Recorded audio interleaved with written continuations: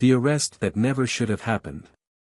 Saturday afternoons in Hillsborough Square were a tapestry of wealth and ease. Streets brimmed with luxury cars, polished marble facades gleamed in the sunlight, and a constant flow of well-dressed shoppers moved from boutique to boutique. It was a place where affluence was assumed, a playground for the privileged. 16-year-old Malcolm Carter fit right in, or so he thought. Fresh from finishing a grueling semester with top honors, Malcolm's father, Robert Carter, had promised him a day of shopping as a reward. Robert was a respected corporate attorney, known for his tenacity in the courtroom and his dedication to his family. Malcolm, a lanky teen with a penchant for clean lines and crisp outfits, had been elated. Armed with gift cards and cash his father had given him, Malcolm had spent the day picking out a few items: a tailored jacket from Seville's, sleek sneakers from Luxe Step, and a cologne that matched his understated elegance. He carried the shopping bags with pride, each one a badge of his accomplishments. As he walked toward the coffee shop where he planned to meet his dad, the warm sun on his face felt like a reward in itself. That was when the police cruiser appeared. The car's slow crawl along the curb didn't initially register as unusual to Malcolm. Hillsborough Square was regularly patrolled, but this time, the vehicle stopped. Inside sat Officer Darrell Cummings, a veteran on the force with 20 years of experience, and his rookie partner, Officer Paul Reynolds. Cummings' sharp eyes caught Malcolm, taking in the teen's shopping bags, tailored clothes, and confident stride. Something about him triggered the prejudices that Cummings had long harbored but rarely questioned. "What do you think, Paul?" Cummings asked, nodding toward Malcolm. "Kid like that walking out of stores like these? I'd bet those bags didn't come with a receipt." Reynolds hesitated. "He looks like any other shopper. Clean cut, smiling. Doesn't seem out of place." "That's what they want you to think," Cummings shot back, already opening his door. "Watch and learn." Malcolm was halfway across the street when the cruiser's lights flashed. He froze, startled, as Cummings stepped out, one hand resting on his holstered gun. "Hey, kid," Cummings barked, his tone sharp and accusatory. "What's in the bags?" Malcolm's confusion was immediate, but he forced himself to stay calm. Just some clothes.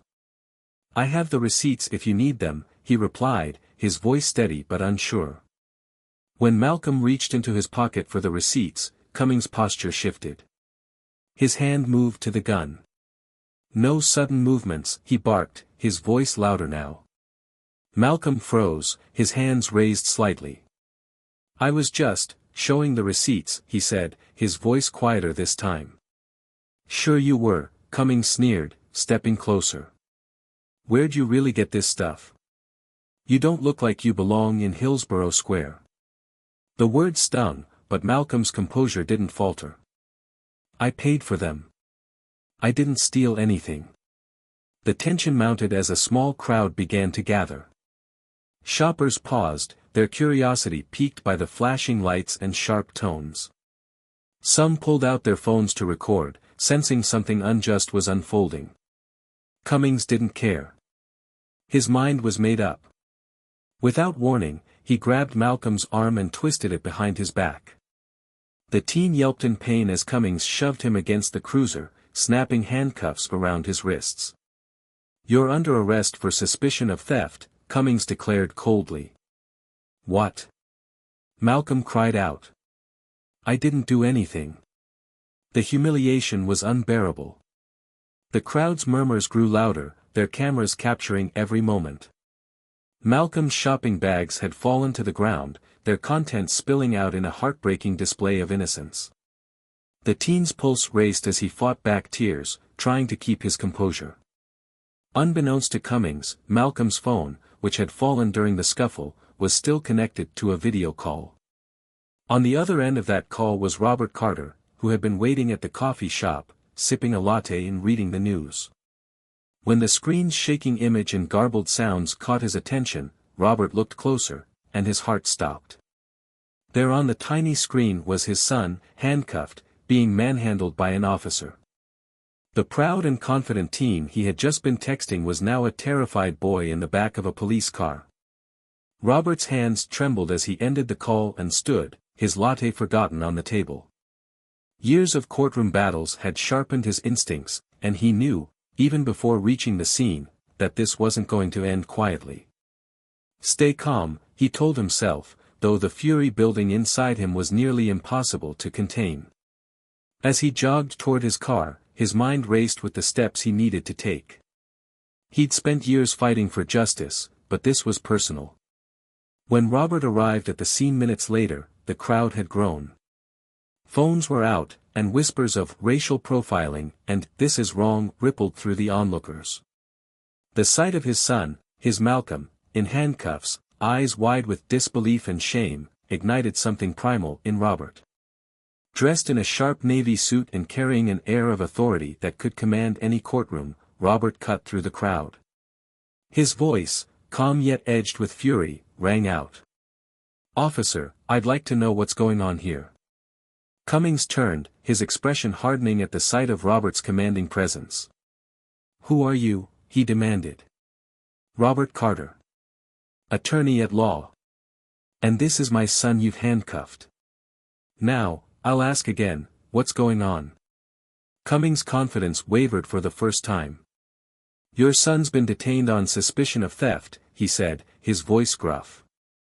Robert's gaze turned icy. "Suspicion of theft? Do you have evidence? Witnesses? Or is this just because he's a young black man in Hillsborough Square?" The crowd's murmurs grew louder, emboldened by Robert's words. Cummings hesitated, his bravado faltering. Beside him, Officer Reynolds looked increasingly uncomfortable. "He refused to show his receipts," Cummings argued weakly. Robert stepped forward, his voice rising. "Refused, or did you not give him the chance? Did you even ask? My son is a straight-A student, a hard-working young man who's done nothing wrong. And you have the audacity to treat him like a criminal?" The tension was palpable. The crowd was no longer just murmuring, they were demanding answers. Cummings shifted uncomfortably, his authority slipping with each passing second. Robert took out his phone. "Release my son," he demanded, "or I'll ensure this becomes a legal matter you'll regret."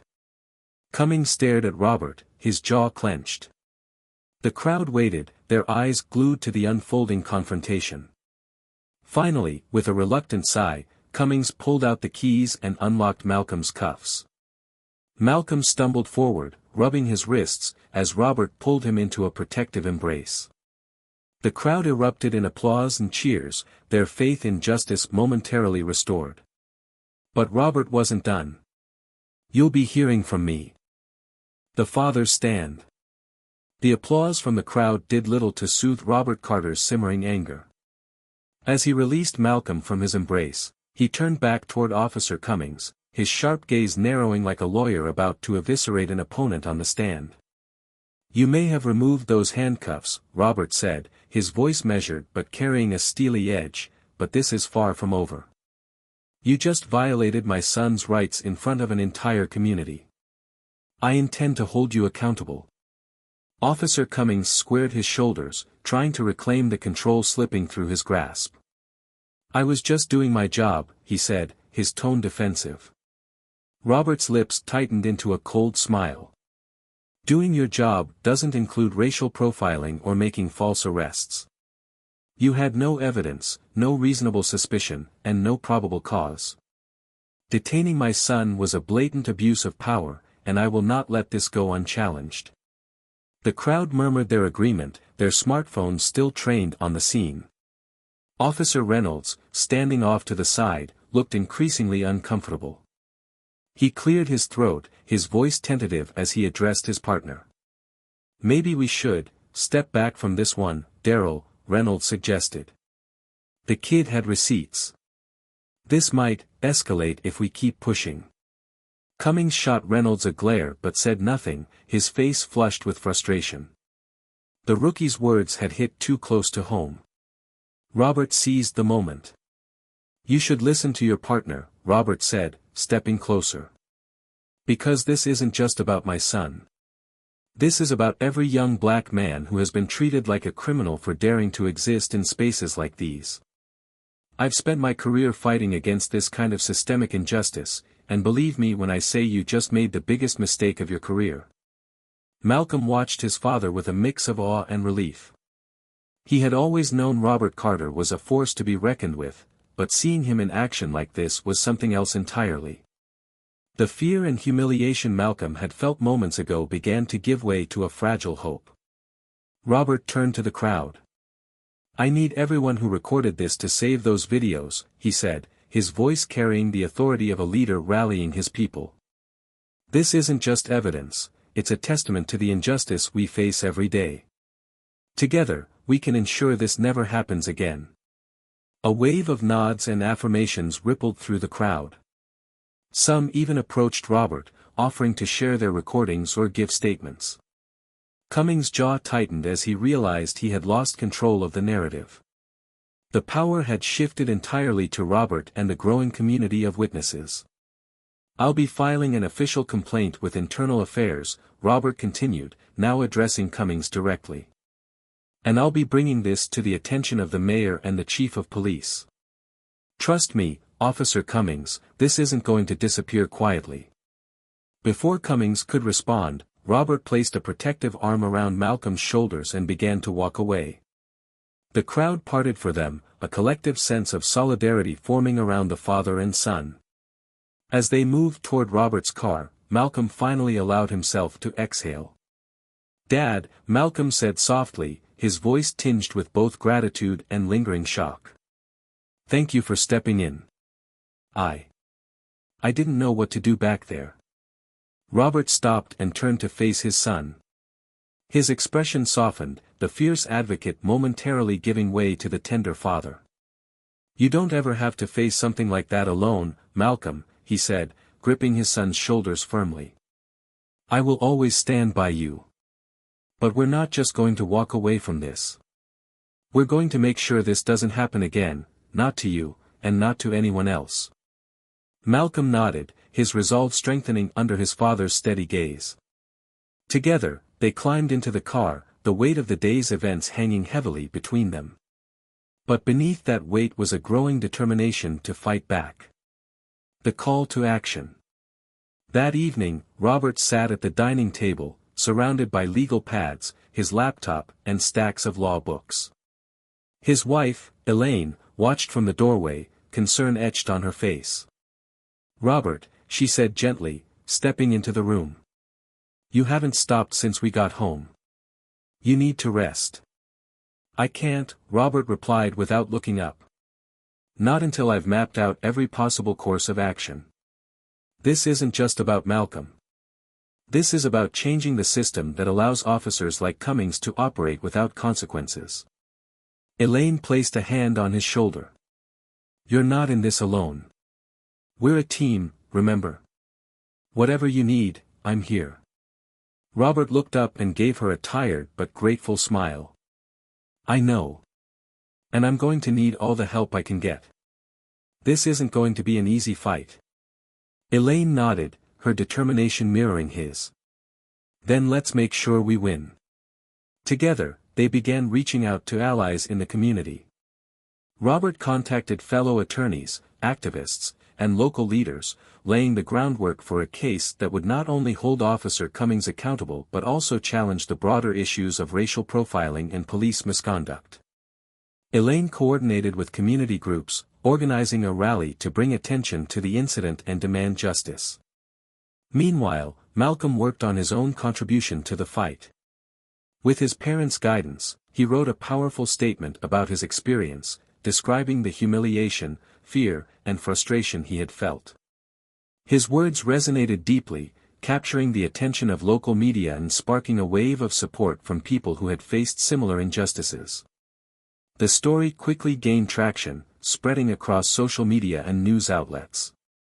Videos of the incident, along with Malcolm's heartfelt statement, painted a vivid picture of the systemic issues that needed to be addressed. As the momentum grew, so did the pressure on the Hillsborough Police Department to respond. The police department's response. Days later, Robert received a call from the office of Chief Amanda Hayes, the head of the Hillsborough Police Department. The chief, a pragmatic and politically savvy leader, was well aware of the growing backlash against her department. She invited Robert to meet with her, ostensibly to discuss the incident and potential resolutions. Robert agreed, but he knew better than to expect a straightforward path to justice. As he prepared for the meeting, he reviewed every detail of the case, arming himself with the evidence, witnesses, and legal arguments he'd need to make his case unassailable. When Robert walked into Chief Hayes' office, accompanied by Elaine and Malcolm, he exuded the quiet confidence of a man who knew the law was on his side. Chief Hayes greeted them politely, but her guarded expression revealed the underlying tension. "Mr. Carter," she began, gesturing for them to sit. "Let me start by saying that we take these allegations very seriously. The incident involving your son is deeply concerning, and we're committed to conducting a thorough investigation." Robert leaned forward, his gaze steady. "With all due respect, Chief Hayes, this isn't just about an investigation. It's about accountability and systemic change. My son was profiled, detained, and humiliated without cause. That can't be swept under the rug with a few polite words." Chief Hayes' jaw tightened. "I understand your frustration, Mr. Carter. But I assure you, our department is committed to fairness and justice." Robert's smile was faint and humorless. "Then prove it. Hold Officer Cummings accountable, and commit to implementing real reforms. Because if you don't, I will take this fight to the courts and the court of public opinion. And believe me, Chief, I won't." Turning the tables. Robert Carter's words hung in the air like a challenge, daring Chief Amanda Hayes to prove that her department truly valued justice. The room fell silent for a long moment as the chief considered her response, her face a mask of professional neutrality. Malcolm and Elaine sat quietly beside Robert, their presence a reminder that this wasn't just a legal matter, it was deeply personal. "Mr. Carter," Hayes began cautiously, "I appreciate your passion and your dedication to your son. I understand the gravity of the situation. That's why I'm here to listen and to take action where it's needed." Robert's gaze didn't waver.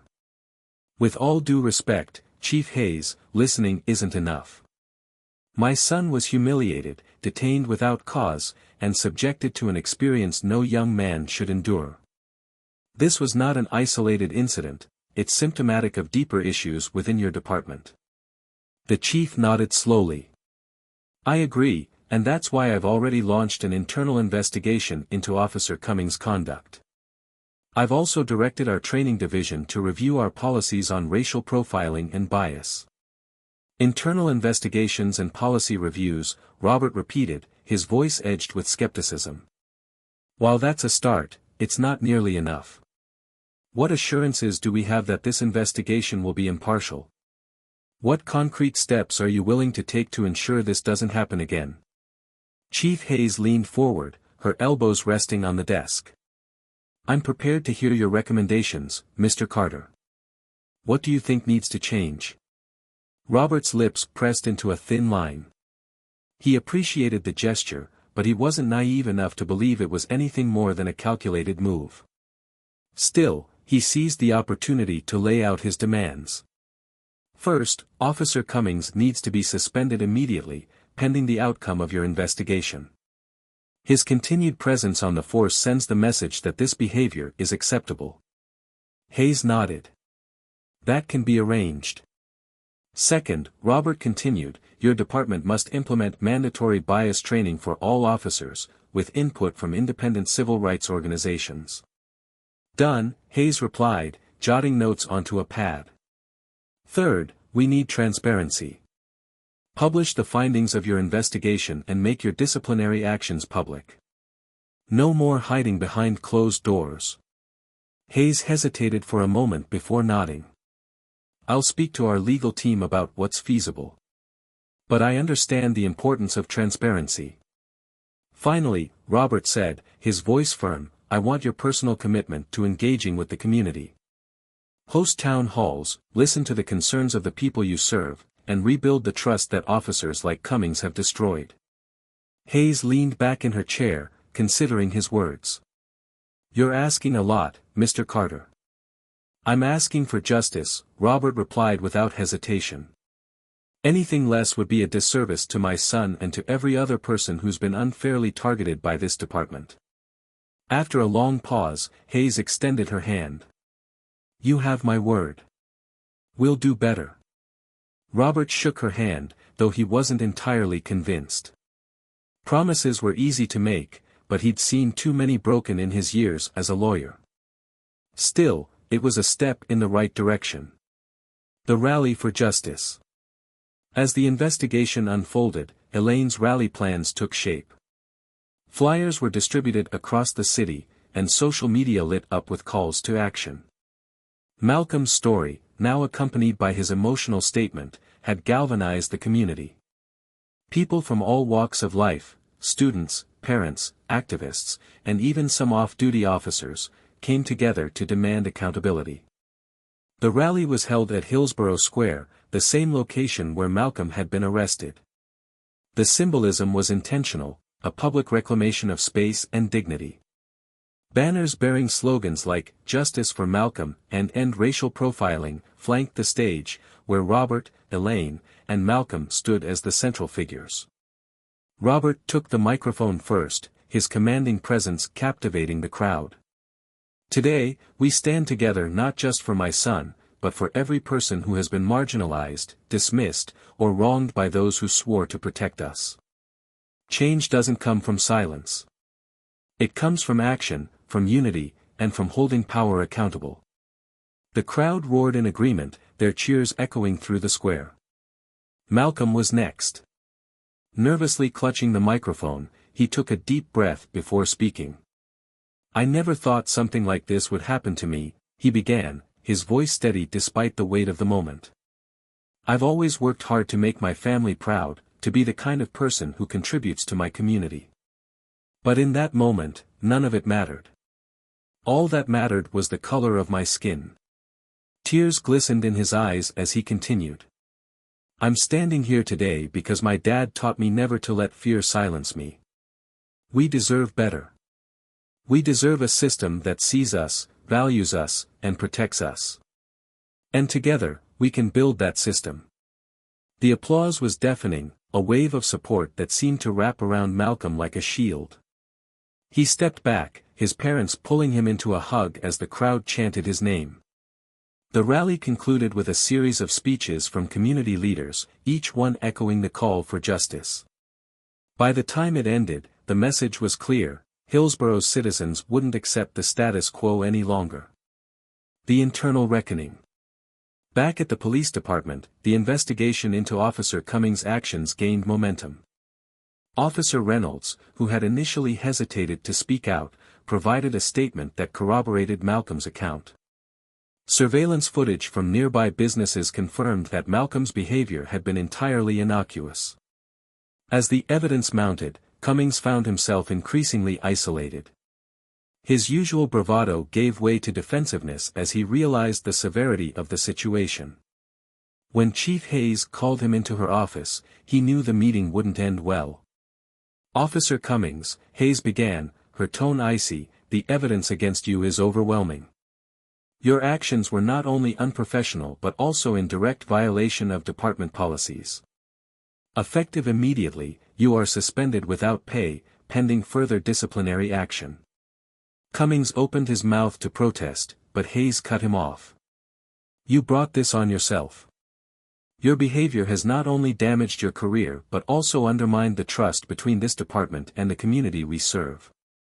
I won't tolerate it." As Cummings left the office, his head bowed, Hayes felt a flicker of hope. It was a small step, but one that signaled the beginning of real change. A case for change. Robert Carter wasn't one to celebrate prematurely. The rally had been a resounding success, and Officer Cummings' suspension was a small victory, but he knew these steps were only the beginning. True justice required a systemic overhaul, and Robert was prepared for the long fight ahead. Sitting in his home office late into the night, Robert drafted a formal complaint to the city council and mayor. It wasn't just about Malcolm, it was about a culture of unchecked authority that allowed racial profiling to flourish. Every word he wrote was sharpened with purpose, a call to action that demanded attention. Elaine entered the room quietly, setting a cup of tea on his desk. "You need to rest, Robert," she said softly. He looked up, his face etched with exhaustion but also resolve. "I will," he promised. "Just as soon as this is finished. Every detail matters if we're going to hold them accountable." Elaine nodded, her hand resting on his shoulder. "You're not just doing this for Malcolm. You're doing this for all of us." Her words fueled him, and he worked until dawn. By the time he closed his laptop, he had outlined not only the complaint but also a plan to pressure the city into meaningful reform. It included demands for independent oversight, mandatory body cameras, and a citizen review board to hold officers accountable. The meeting that changed everything. A week later, Robert found himself in a conference room at City Hall, seated across from Mayor Jeanette Harper and Chief Hayes. Also present were members of the city council and a handful of community leaders, including Malcolm. Though nervous, Malcolm had insisted on attending, determined to play a role in the fight for justice. The meeting began with Robert presenting his case. He laid out the facts with precision, detailing Malcolm's arrest and the broader implications of systemic racism within the police department. He referenced national statistics and local incidents, painting a picture that was impossible to ignore. "This isn't just about one bad officer," Robert concluded. "It's about a system that permits and perpetuates these abuses. If we don't address the root causes, we're condemning ourselves to repeat these injustices." The room was silent as Robert finished speaking. Mayor Harper leaned forward, her expression thoughtful. "Mr. Carter, your points are compelling, and your passion is evident. But change takes time. Implementing reforms is a complex process." "With all due respect, Madam Mayor," Robert replied, "change only takes as long as we allow it to. If the city has the will, it can act swiftly. The question is whether you're willing to prioritize justice over politics." Malcolm, who had been quiet until now, spoke up. "I'm not here to ask for a perfect world," he said, his voice steady. "I'm just asking for a fair one. If I can't feel safe walking down the street, what does that say about the city we're building?" His words struck a chord, and even the most skeptical council members shifted in their seats. The meeting ended with a commitment from the mayor to review Robert's proposals and reconvene within 2 weeks. A growing movement. As the city deliberated, the movement sparked by Malcolm's story continued to grow. Social media was flooded with posts using the hashtag Justice for Malcolm, and local news outlets covered the story extensively. Activists organized more rallies, each one drawing larger crowds. Malcolm's story became a symbol of resilience, inspiring others to share their own experiences with injustice. The Carters' home became a hub of activity, with volunteers helping to coordinate events and distribute information. "It's incredible," Malcolm said one evening as he scrolled through his phone, seeing messages of support from across the country.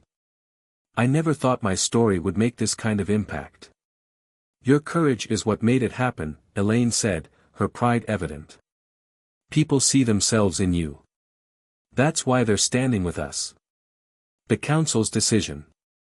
2 weeks later, the Carters returned to City Hall for the follow-up meeting. This time, the atmosphere was different. The mayor and council members seemed more attentive, their expressions a mix of determination and apprehension. Mayor Harper began the meeting with a prepared statement. "After careful consideration and consultation with Chief Hayes and other experts, we are prepared to take immediate steps to address the concerns raised by Mr. Carter and the community." She outlined a series of measures, including the establishment of an independent review board with civilian oversight, mandatory anti-bias training for all officers, expanded use of body cameras, with strict guidelines for their activation, a public accountability report to be issued quarterly. As she spoke, Malcolm felt a surge of hope. These weren't just promises, they were concrete actions that could make a real difference. When the mayor finished, she turned to Robert. "Mr. Carter, we're committed to working with you and the community to ensure these measures are implemented effectively. Your advocacy has been instrumental in driving this change." Robert nodded, his expression serious. "Thank you, Madam Mayor. This is a step in the right direction, but the work doesn't end here. We'll be watching closely to ensure these reforms are more than just words on paper." A new chapter. In the weeks that followed, the reforms began to take shape. The Independent Review Board was established, with members representing diverse backgrounds and perspectives. Chief Hayes held a press conference to announce the changes, acknowledging the department's failures and pledging to rebuild trust. For Malcolm, life slowly returned to normal. But he wasn't the same person he had been before his arrest.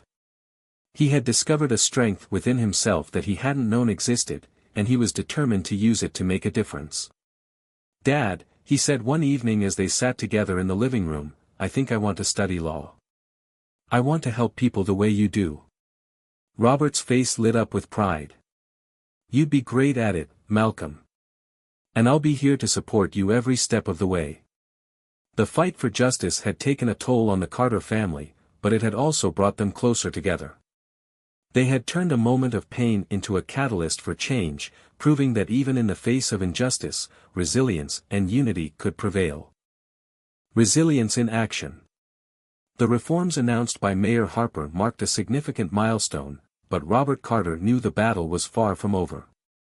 Policies could be enacted, but their enforcement and sustainability would be the true test. For the Carters and their community, vigilance was now the cornerstone of their mission. One of the first major steps was the launch of the Independent Review Board.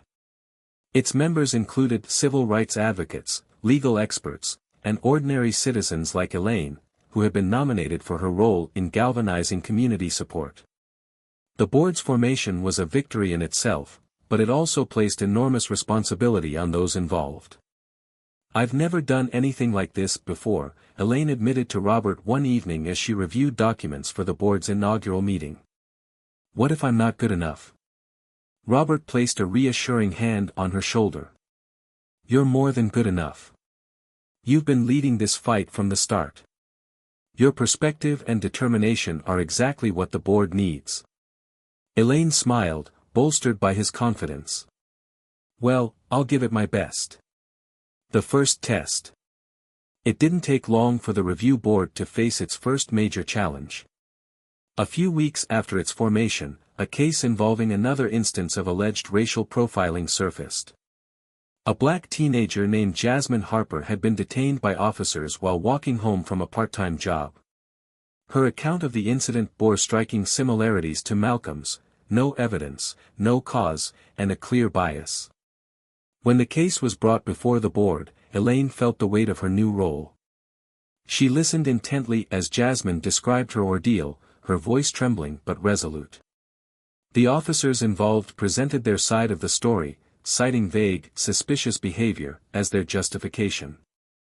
Elaine's heart ached as she recalled Malcolm's experience. She knew that how the board handled this case would set a precedent for the future.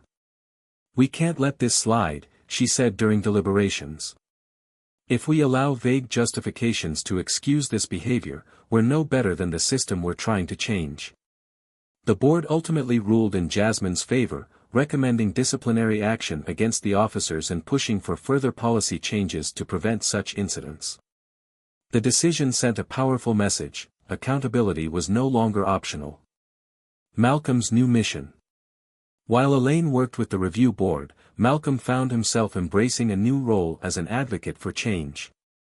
Invited to speak at schools, community centers, and events, he shared his story with honesty and vulnerability. His goal was not just to raise awareness but to inspire others to stand up against injustice. At first, public speaking was daunting. Standing in front of a crowd and reliving the most humiliating moment of his life was never easy.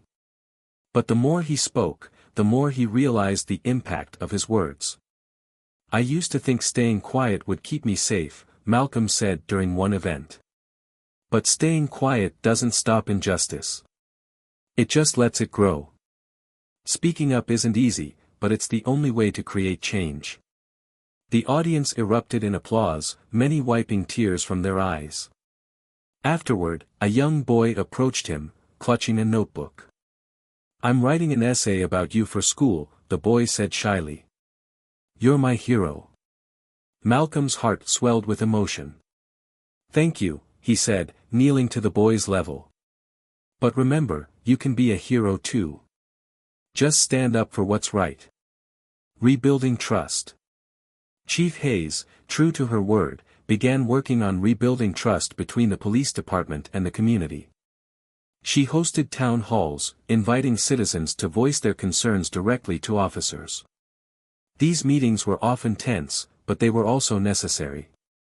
"I know we've failed you," Hayes said during one particularly heated session. "And I know words alone won't fix that. But I'm committed to making things right, and I'm here to listen." Robert attended these town halls, often taking the floor to challenge the department's practices while offering constructive solutions. His legal expertise made him a formidable presence, and his calm yet firm demeanor earned him respect, even from those who initially resisted change. "Accountability isn't about tearing down the police," Robert said during one meeting. "It's about building a system that serves everyone equally. That's what justice looks like." Slowly but surely, progress was made. Officers who embraced the reforms became advocates for change within the department, and community members who had once mistrusted the police began to see glimmers of hope. A family transformed. Through it all, the Carters remained a tight-knit unit, supporting one another through every challenge. Malcolm's arrest had shaken them to their core, but it had also brought them closer together. One evening, as they sat around the dinner table, Malcolm looked at his parents with gratitude. "I don't know what I would have done without you," he said. Elaine reached across the table, taking his hand. "You're stronger than you think, Malcolm. You inspire us every day." Robert nodded. "This fight isn't over, but we've come so far because we've faced it together. And no matter what comes next, we'll keep moving forward." As they laughed and shared stories, the Carters felt something they hadn't experienced in months, a sense of peace. The road ahead was still uncertain, but they had found strength in each other and in their community. Together, they were proving that resilience could transform even the darkest moments into a beacon of hope. Part 6, Justice in Motion. 1 year after Malcolm's arrest, the Carters stood at the heart of Hillsborough's Central Square. The occasion was a community-wide celebration commemorating a year of progress and resilience. Vendors lined the sidewalks, local bands played, and children darted through the crowd with carefree joy. At the center of the square stood a stage adorned with banners that read, "Unity through Justice." Malcolm, now an advocate and voice for change, stepped up to the podium amidst roaring applause. "A year ago, I felt powerless," Malcolm began, his voice steady. "But today, I'm reminded of the power that comes from standing together. This isn't just my journey. It's ours. It's a testament to what we can accomplish when we refuse to give in to fear or complacency." His parents, standing nearby, watched with pride. Robert had continued his legal advocacy, mentoring younger activists and ensuring the city's reforms were upheld. Elaine had become a pillar in the review board, her voice shaping decisions that resonated across the state. Among the crowd was Chief Hayes. Once skeptical of change, she now championed the department's reforms. Her presence symbolized the strides made in bridging the gap between law enforcement and the community. As Malcolm concluded his speech, a young girl approached the stage, clutching a hand-drawn sign that read, "Thank you, Malcolm." He knelt, accepting the sign and giving her a warm hug. "Thank you for believing in a better future," he said. The celebration carried on into the evening, filled with laughter, music, and reflection. The Carters stood together, knowing the journey wasn't over but feeling stronger than ever. Hillsborough's transformation had become a beacon of hope, proof that even the most broken systems could be healed through courage, unity, and unwavering determination.